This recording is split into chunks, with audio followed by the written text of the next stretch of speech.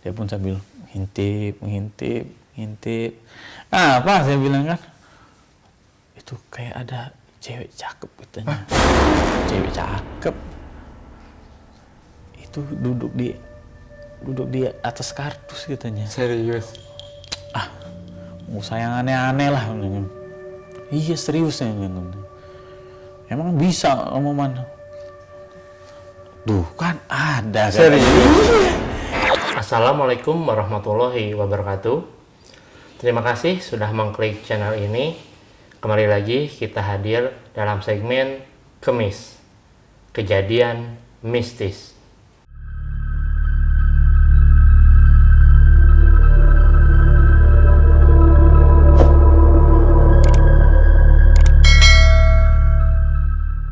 Tahu saya itu yang pernah kerja di kantor dulu itu sempat main ke kantor juga. Dia malah bercerita juga itu. Selama bekerja sini sudah pernah ngeliat apa aja katanya. Oh gitu cerita iya, dia? cerita juga dia. Yang dulu sempat kerja di situ. Iya. Oh apa tuh? Apa yang Ya, diceritain? ceritalah dia bilang, kamu di sini udah berapa lama? Ya kurang lebih setahun lah Pak. Saya bilang. Udah ketemu apa aja di sini? Kakek-kakek, saya bilang. Oh maksudnya udah ketemu apa aja? Iya. Kakek. Kakek-kakek gimana katanya? Ya bersorban putih, rambut putih, jenggot putih, serba putih lah. Di mana? Di WC. Ya betul katanya. Gitu? Iya. Wow. Kok Bapak tahu? Ya tahu lah, karena aku pernah lama juga di sini katanya. Nah, seperti itulah. Terus apa Terus lagi? dia cerita lagi. Terus ngeliat sosok apa selain kakek-kakek katanya. Banyak Pak. Iya ceritain aja lah katanya. Ada di belakang juga di tangga itu. Siapa kalau di situ? Nenek-nenek. Lah kok kamu bisa tahu semua nih katanya. Emang kamu punya indera keenam? Enggak. Ya Pernah lihat? pernah ngeliat dia menampakkan gitu lah kata saya bilang. Iya. Iya sih katanya. Di sini seperti itulah katanya penunggunya. Pada menampakkan, dia hanya memperkenalkan diri aja sih katanya. Mengganggu nggak itu? Mengganggu ya biasalah. Namanya makhluk. Sekali-kali Iya, makhluk halus. Sekali-kali memperlihatkan diri, perkenalan mungkin Iya, ya perkenalan. ceritanya ya. Kalau yang di ruangan tengah ada nggak katanya di atas? Iya Pak, ada Pak, saya bilang. Saya pun ngalamin juga tuh katanya. Saya pernah coba-coba sholat di atas itu, di ruang tengah itu. Begitu saya sholat, saya merasa dibayangin dari belakang itu. Waduh, saya bilang, kok gede bener bayangan di belakang saya. Saya merasa kok makin kayak dirangkul saya sholat ini. Saya terus aja sholat itu. Tapi makin nggak konsen saya karena bayangan belakang itu kok makin tinggi gitu. Iya, saya pun udah makin nggak tahan, terus terasa dikunci kayaknya gitu. Udah terus pokoknya saya sholat tuh. Setelah selesai sholat, udah langsung buru-buru saya turun. Udah nggak kuat saya. Oh dia lihat ada bayangan juga? Ada bayangan juga rasanya. Lagi sholat iya. juga? Itu udah hampir menutupin saya itu. Waduh, sampai berhenti saya ini. Ini hampir sama juga ya sama cerita Bang Safik. Oh iya? Iya. Dia kan tinggal di atas ya. Iya. Dia kan nelfon babehnya ya, ayahnya gitu di Banten katanya. Terus kata ayahnya disuruh ya udahlah kamu di sana sering sholat, zikir kayak gitulah gitu kan, jangan sampai kosong. Akhirnya tuh pernah di episode 1 diceritain Bang Safik itu sholat di ruang tengah itu, di ruang tengah di depan pintunya dia bilang. Iya. Jadi ada lampu emergensi katanya di belakang dia sholat. Begitu sholat itu si bayangan itu jadi dua. Begitu ruku, satu ikut ruku bayangan dia, satunya lagi tetap berdiri. Waduh. Nah pas lihat kayak gitu dia langsung balik badan, udah ambiar sholatnya, sekelebat bayangannya katanya. Ini mungkin sosok yang sama Sama berarti, mungkin. ya? Sosok yang sama berarti ini ya. Kalau saya ngerasakan seperti kayak Gundurwo mungkin itu. Iya. Karena semakin tinggi dia. Gitu. Iya, mungkin itu sosok genderuwo itu ya, gangguin soalnya kan. Lagi sholat digangguin kata Bang Safik itu. Oh, sama ya. Sama ya, heran juga ya. Paling kita baru cerita ini kan. Iya. Iya. Ya itulah yang Bapak yang pernah kerja di situ, dia bilang. Nah, disitulah dia itu seperti ketua di situ. Yang mana tuh? Yang di ruangan tengah itu. Oh. Sosok yang paling gede itu, itulah yang genderuwo itu yang megang di situ katanya. Terus dia cerita lagi nggak ada sosok yang lain gitu barangkali? Enggak, itulah terakhir tuh dia bilang. Pokoknya yang kamu ceritain itu sama, saya kejadiannya sama seperti itu. Percis gitu. Ya, penunggunya yang kamu cerita itu betul semua. Apa yang pernah saya ngalamin pertama saya kerja di gedung ini dulunya. Sama ya? Sama. Bisa gitu ya? Aduh, agak ngeri. Nenek-nenek tua, kakek tua. Ada anak kecil nggak? Ya itulah anak kecil, bayi kayak bayi jin lah. Bayi jin yang ditemui pas tidur itu ya? Iya, tidur di ruangan pojokan belakang itu. Apa baru lahiran ya? Bisa jadi. Jin bisa beranak juga kalau dengan cerita katanya. Iya, soalnya kan mengerikan juga ya. Gedung tua udah jarang diisi, tiba-tiba diisi, ya otomatis mungkin sedikit terganggu ya. Iya, sedikit terganggu lah. Karena kita bersinggungan. Datang. Nah kalau sekarang itu si gedungnya itu gimana tuh Bang sekarang? Kosong apa udah ditempati? Sekarang sudah dikosongkan. Sebelum saya pindah ke tempat gedung baru, saya sempat tinggal lah, disuruh jagain dulu sebentar. Tinggal di sana? Iya. Sendirian. Wah, berani.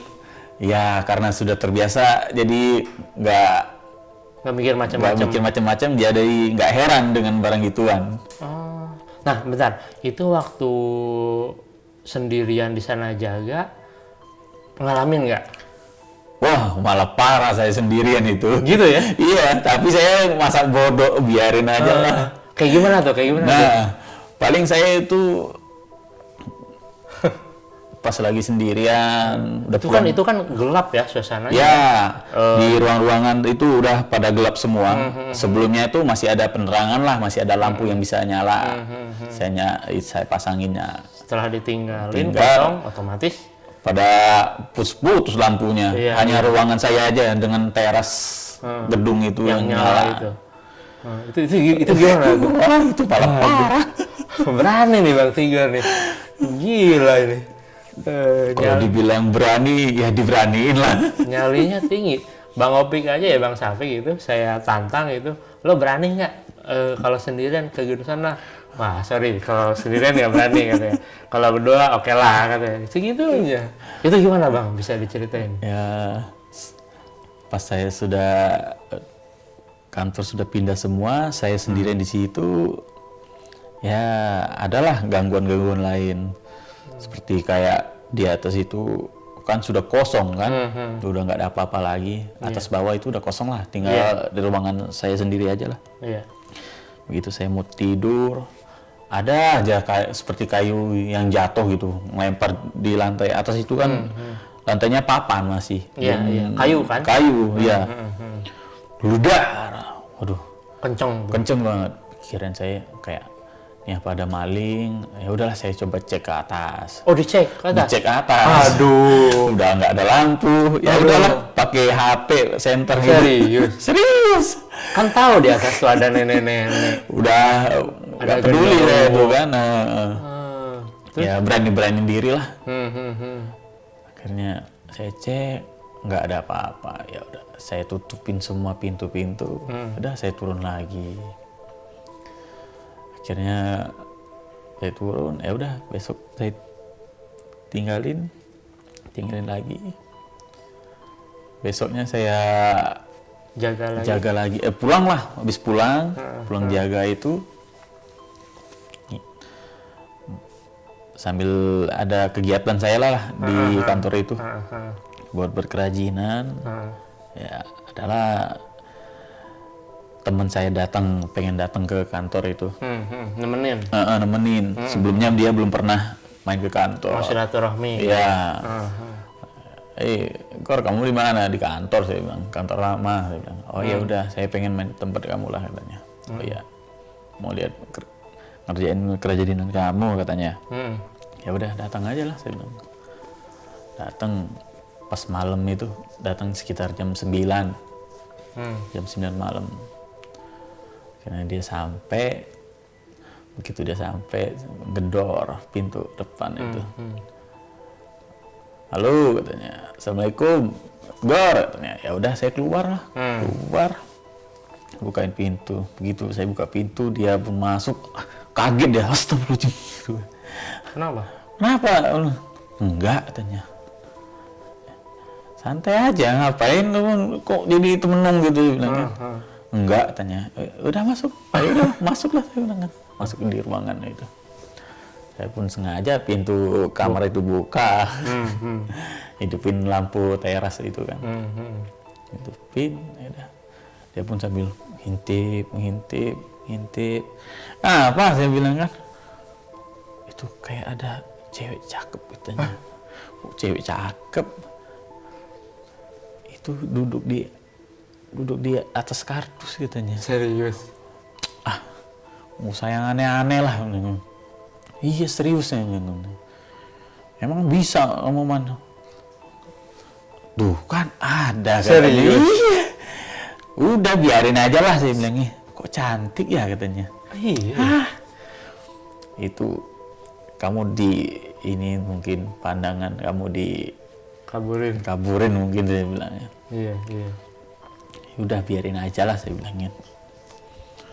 Akhirnya dia mau pamit, udah main-main di situ, pamit. Besok dia datang lagi, tapi nggak malam, siang. Terus? Gitu dia datang. Gor, aku tuh kaget ada lihat sosok cewek cakep duduk di atas kardus, katanya.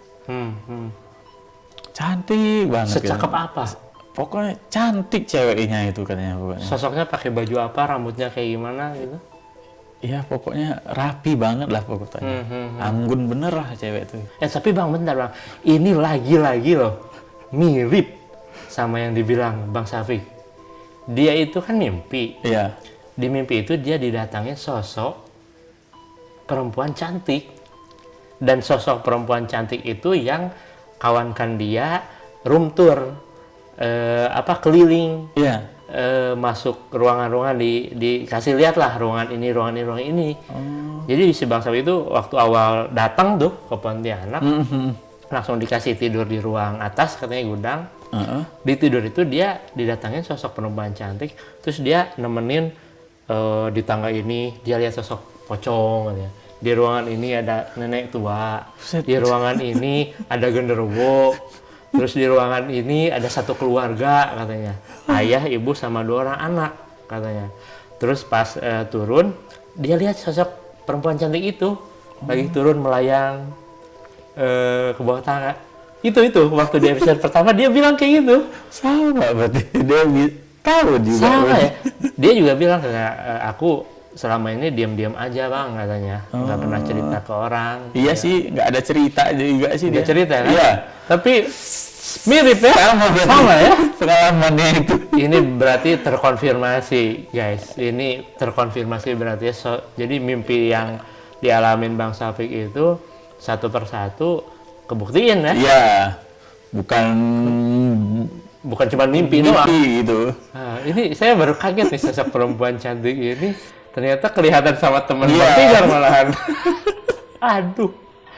Bang Syafiq kemarin cerita gitu Bang. Jadi dia bilang gini, saya kan nanya, Bang, sosok yang kawankan keliling-keliling itu kayak gimana? Serem nggak sih?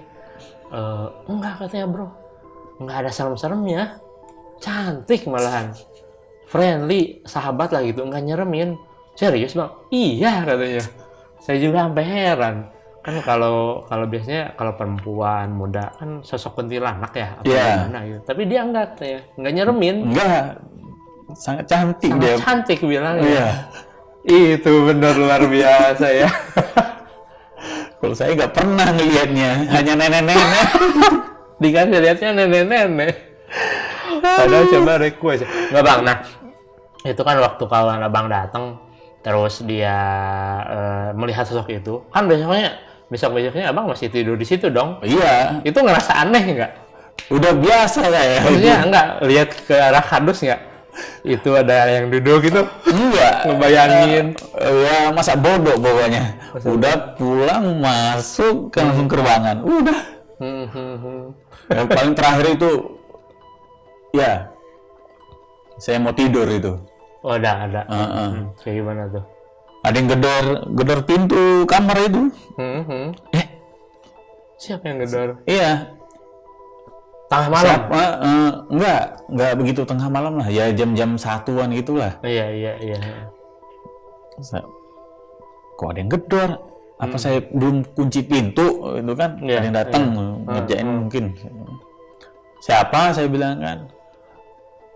Ketok lagi, nggak ada suaranya. Ya udah saya bangun dari tidur, buka pintu, nggak ada orang. Saya buka pintu depan lagi, kunci. Saya bilang, waduh, saya begitu mau balik badan itu kok, waduh, kayak ada orang gitu.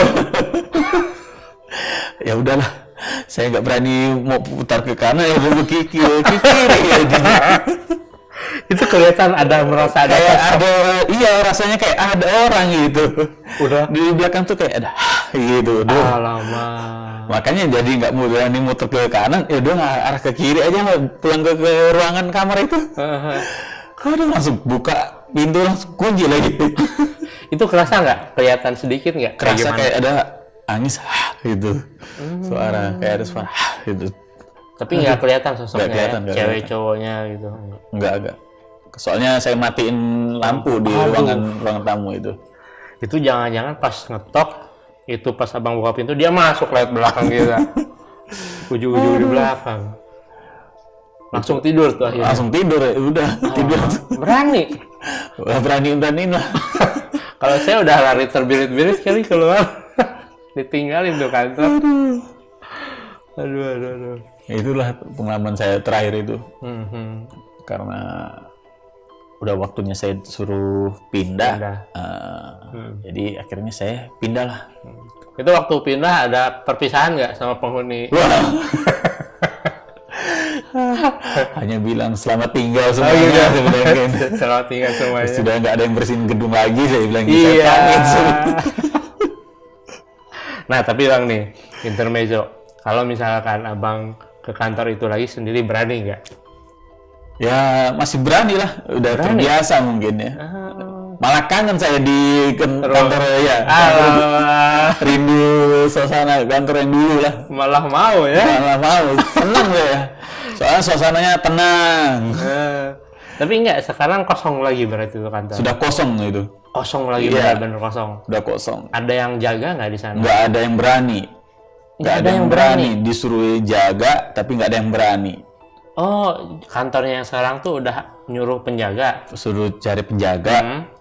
Nggak ada yang mau? Nggak ada yang mau. Nggak ada yang berani. Kenapa nggak berani? Karena pada tahu itu kan. Oh, karena tahu? Emang mungkin itu udah serem gitu katanya. Serem. Ditanya pada serem, nggak ada yang berani. Serius ya? Iya. Mungkin udah dijadiin gudang lah. Gudang-gudang berkas katanya. Oh, jadi total emang udah kosong? Kosong. Nggak ada orang? Nggak ada sama sekali. Wah, itu cocok banget buat uji nyali ya. Iya. Siapa tahu. Gimana kalau kapan-kapan kita ke sana, Bang? Boleh. Siapa tahu akangnya mau coba. Aduh. Tapi Bang, saya juga sebenarnya pernah ke sana, Bang. Pernah ke sana itu malam-malam. Ada kawan juga kan di sana, ada kawan gitu. Dan emang bener Bang, nggak enak suasananya itu. Karena malam kali ya, malam kan udah pada pulang barangkali ya orang-orang kantor. Saya ke sana cuman saya sama kawan saya, Terus waktu itu kawan saya lagi keluar beli makan atau apa gitu, saya sendirian tuh di sana. Ya ada satpam barangkali yang jaga, cuman kan di depan tuh. Iya. Ini saya di dalam. Itu bener, perasaannya beda. Sumpah, auranya beda. Aku mau ke toilet aja mikir 1000 kali. Aduh, gua mau ke belakang, tapi kok kayaknya agak gelap-gelap gimana gitu. Dan kayak ada apa ya? Jadi nggak berani itu bukan karena emang gelap atau gimana, tapi emang kayak ada merasa sesuatu aja sih gitu. Kayak merasa ada sesuatu. Dan itu kan si kantornya itu emang bangunan kayu ya? Iya, bangunan Terus kayu. ada beberapa bagian yang agak bobrok kan? Iya. Agak bobrok. Itu yang bikin serem itu sebenarnya. Itu yang bikin serem tuh. Oke, Bang Tigor, ada lagi kejadian yang lain ya? Barangkali teman Bang Tigor sesama security ada mengalami kejadian mistis di sana gitu, bisa cerita? Ada itu. Senior kita lah. Gitu kan. Beliau tuh pas jaga ya itu sering keluar masuk ya sampai patroli lah. Setengah jam nunggu depan, ya setengah jamnya beliau patroli ke dalam. Ya. Pas ada pegawai lembur dia nemenin. Dia nemenin sambil nemenin ya keluar lagi. Begitu dia mau masuk ke ruangan itu, beliau lihat pegawainya udah nggak ada. Nah, mungkin pulang. Beliau ke ruangan itulah, mungkin ada bantu anaknya ngerjain tugas, pinjam komputer pegawai katanya. Tiba-tiba beliau lagi sendirian ngetik. Di ruangan itu kan ada beberapa komputer juga. Beliau sambil ngetik, kok ada yang ngetik katanya. Kayak ada suara ngetik juga. Gitu? Di komputer yang lain? Iya, di komputer lain gitu. Akhirnya beliau diem sambil memperhatikan yang lain lah gitu kan. Ada kedengeran juga kan. Akhirnya beliau ya udahlah, nggak ambil pusing, lanjut lagi. Begitu berhenti, kok ada lagi gitu katanya. Suaranya tuh. Akhirnya beliau agak inilah rasa gimana kan. Akhirnya beliau berhentiin. Udah keluar dia. Besoknya ceritalah dia ke kitanya. Ada yang ikut ketik juga ya? Ada yang ketik juga. Padahal udah kosong tuh ruangan. Gak ada orang. Berarti sosok makhluk halus juga doyan main ini ya, komputer ya. Jahil juga ya. Oke, baik.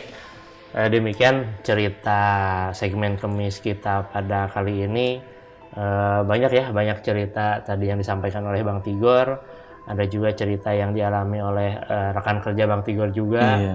Dan ternyata yang uniknya di sini adalah banyak juga cerita yang identik dengan apa yang disampaikan oleh Bang Syafiq pas episode 1, episode 2. Jadi saling melengkapi di sini jatuhnya. Bang Syafiq ceritain, ternyata ada orang lain yang mengalami ya. Sama dan ini buat saya cukup takjub juga sih. Bang Tigor juga tadi nggak nyangka ya. Nggak kok bisa gitu sama juga. Berarti ini emang terkonfirmasi berarti berbagai penampakan yang dialami oleh Bang Syafiq pada episode pertama. Perlahan satu demi satu mulai kebuka, mulai ada yang menceritakannya juga, sosok-sosok yang sudah terlihat gitu. Dan mungkin mudah-mudahan nanti episode-episode kedepannya barangkali kita bisa mengundang lagi teman Bang Tigor yang lain ya, teman Bang Syafiq yang lain yang juga pernah mengalami kejadian mistis di gedung tua sarang makhluk halus itu. Baik, terima kasih banyak Bang Tigor sudah dapat bercerita di sini. Ini hanya untuk hiburan saja bagi sahabat-sahabat ya, bisa mungkin menemani waktu malam ya kan, lagi mengerjakan tugas kantor atau mungkin lagi begadang-begadang aja ya, kita suguhkan cerita kayak gini sebagai pelengkap saja. Baik, demikian saja cerita kita kali ini. Jangan lupa sahabat-sahabat untuk dapat mensubscribe, like, komen, dan share sebanyak-banyaknya channel Cep Japi Ramah ini untuk memberikan kami semangat dan lebih banyak menceritakan lagi kejadian-kejadian mistis pada segmen-segmen selanjutnya. Wassalamualaikum warahmatullahi wabarakatuh.